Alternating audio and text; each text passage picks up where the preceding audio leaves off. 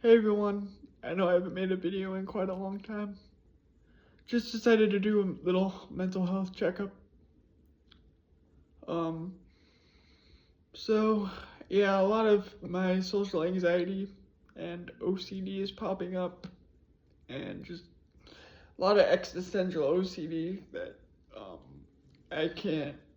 It feels like I can't stop it. Like I try to be, just aware of it and not get caught up in it, but it gets really bad. And then I don't know, just deep deep loneliness, and I get hard on myself because like I have so many friends and I have so many people that come by or I have a few people that come by and really care about me, and I'm like, fuck, why am I still feeling lonely? Like, should I still feel lonely? But then I realize like I shouldn't always like I should just be with the feeling instead of trying to analyze it. But I don't know, I just get so hard on myself because I feel like I have so much and I want to see the novelty in things, but everything just gets, I don't know, like it just feels like a never ending, like semi psychedelic spiral that doesn't stop. I think I mentioned this in a previous video.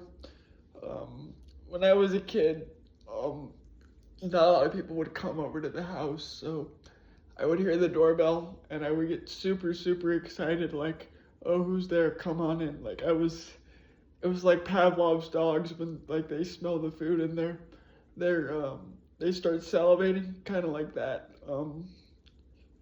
It was, yeah, a lot of my stuff from my childhood is popping up again, and, it never really goes away. It comes back, and then, like, just things. Sometimes it just feels like things just pop up out of nowhere, and then you try to be with what's going on, and you don't try to get attached to it, but then it's like, why now? Like, I don't need this shit right now. I wish this, like, I'm happy this happened, and like, I'm getting more social with people, but like then like the anxiety kicks in, and like I don't I don't want to deal with having hope and then losing hope, but I know they're two sides of the same coin, and it's flux and flow. But yeah, it's just, I don't know. I think I've been doing a lot of introspection, and I took a break. I still watch too much YouTube, but I've taken a break from Instagram and Facebook. If you're wondering why I use Facebook, I have just a lot of friends on there, and I know Facebook kind of sucks, but I have friends there that I talk to on the Messenger app and stuff, and I still connect with them, so that's kind of cool. But anyway, kind of off topic. So, yeah, just like I said, just when stuff pops up and you're like, why now? And then it just kind of, you're just like, why now? Like, it's too much. Like, I don't want to be in my imagination thinking about all this stuff, but then I have to realize just be in the now. But yeah, quit social media stuff. And honestly, like I know a lot of people get like they feel better, but for me, I like not scrolling on Instagram, but I kind of miss like not knowing what my friends are doing. Like I kind of feel like since I'm in a wheelchair, it's kind of like my way of like isolating myself from people and not having to deal with people. And I feel like I should get back on like Messenger and stuff, but I don't know. I've been like I sent this one person a message, and like like she wants to hang out. She said she wanted to hang out with me, but I'm not really sure if that's gonna happen. And that's been I don't mean to be too overdramatic, but that's been causing really bad panic attacks.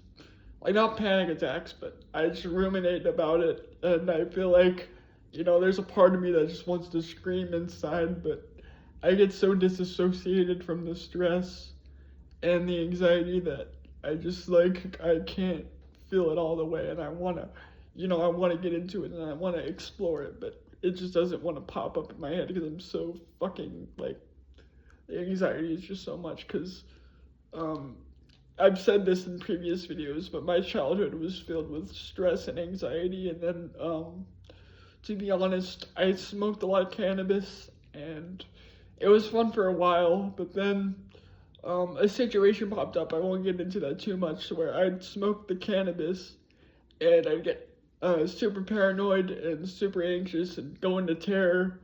And when I come back down, like, I don't know, I just would feel like super, like, kind of more rigid than I usually am.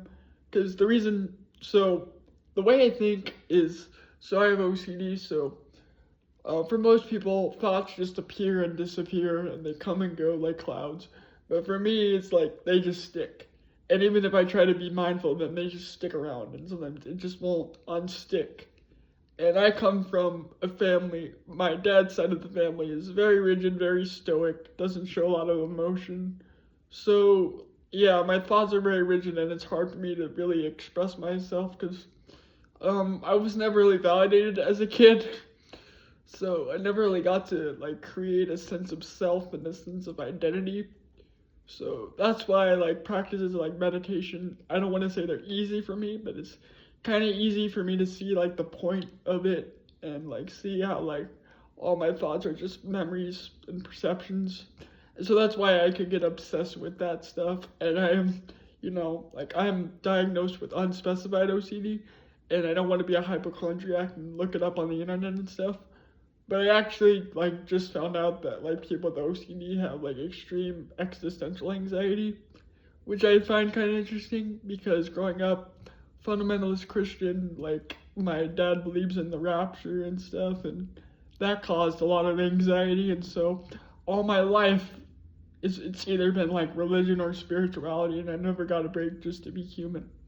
And I think I just want to just fucking stop with that shit and just be human, but my life has just always been stuck in the spiritual domain and I never just got to be, I never just got to feel normal. And cause like, there's this talk, you gotta love yourself before you love others. And to me, that's very true. But, I think there's a lot of people that have come and went and, people come and go just like everything else in life. But there's been a lot of people that I've wanted to reflect and I've wanted to explore that, they're part of their consciousness and get to know them, but I've just never, like, sometimes, like, I feel like I'll, like, try to get close to someone, and as soon as I feel like I'm getting close to someone I really like or I really admire, they just pull away, and that can be really annoying, and it pops up in my dreams a lot, too, I've noticed, too. That's another thing is, with disassociation, it's hard to tell how you're really feeling, so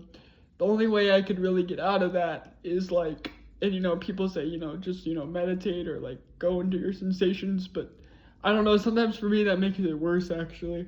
But what I do is writing down my dreams helps out a lot because I don't know, a lot of shit is in my unconscious mind and my subconscious mind, and I don't know, like my dreams are my only time I can feel my emotions without a boundary or like without the interpretation or the overthinking. Like it just forces me to sit with those repressed emotions. And I remember I had a dream where like I was like in my bed and like I was just saying repeatedly like I'm lonely, and I just felt the weight of those emotions just kind of come down on me.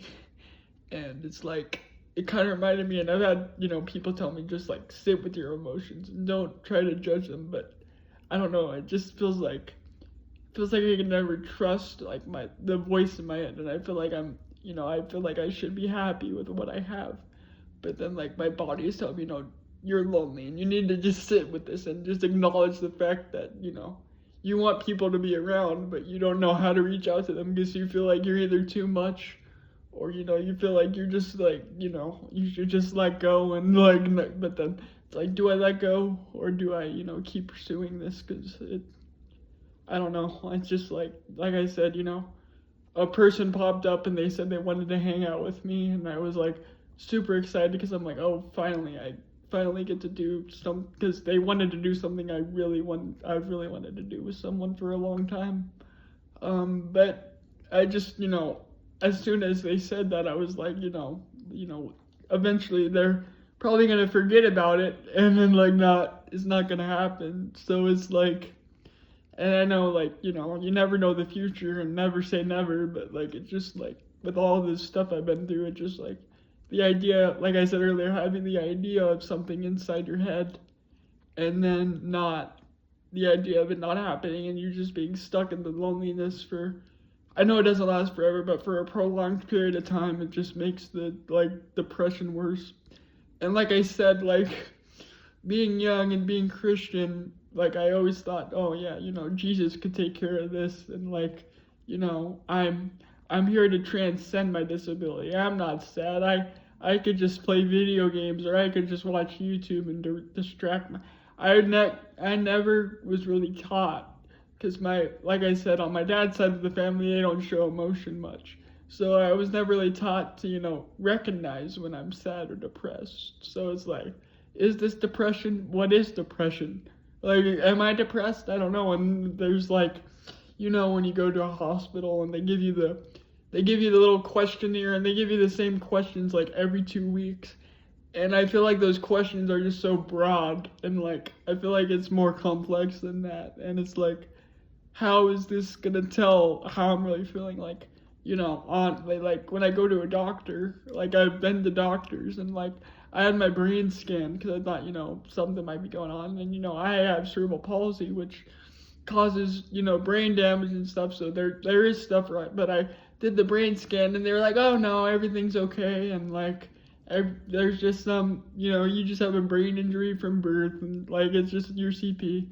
And there's a part of me that wants, something to be wrong, so, I don't have to feel like my, all my stuff isn't justifiable, because a lot of the time, like I said, I'm way too hard on myself, and it just doesn't, like, I'm like, is this justified, or am I just like being over dramatic, and should I just let go and like be appreciative and have more fucking gratitude? But then, yeah, because, yeah, it's just, I don't know, like I said, when I was younger, the loneliness was really bad, and, going to the hospital and having needles stuck in your legs, and like not having anybody to talk to about it, and, wanting to, explore your more feminine side with more feminine people. I just never got the chance to, so you just feel like so alone and so small, and you just, it sucks, but. And every time there's like a little glimmer of hope, you feel like you can't attach to it, because then the OCD is going to pop in, and it's going to keep replaying those same fucking thoughts over and over again. And you could try as much mindfulness as you want, but they're just going to keep reappearing in the same pattern of energy. And as long as you keep trying to let go of the pattern of energy, it just keeps coming. And yeah, it just fucking sucks. But I'm doing the best I can, and I'm, trying to stay active with comedy, and I want to go outside more, but I just have to find the motivation to, and yeah, and I try to find people I could talk through, like Discord and stuff, but it's just hard because everybody's so busy and everybody has their own life, but yeah, so that's basically what's been going on with me. I guess what a good message could be for this video is, like, I guess if somebody else is going through this, like, you're not alone. I know it's cliche, but I just wanted to make a video to not feel as alone, and I know I should be making more uploads and doing more of this, but I just never had the motivation to, and I just felt like it today. So I just wanted to do a quick mental health check-in, and I thank you for watching. And I remember one time I did like a video, and it was very brief, and it was a mental health check-in, but I got 200 views and a lot of positive comments, and I wasn't expecting that at all. And I was like, damn, like I feel like I didn't put enough effort into this, and this got so much more views and so much more love, and I really appreciated it. So anyway, yeah, thanks for watching, everybody. If you decided to click on this, or you saw this, or you're just one of my friends and you decided to watch this, but anyway, thanks for watching, everybody.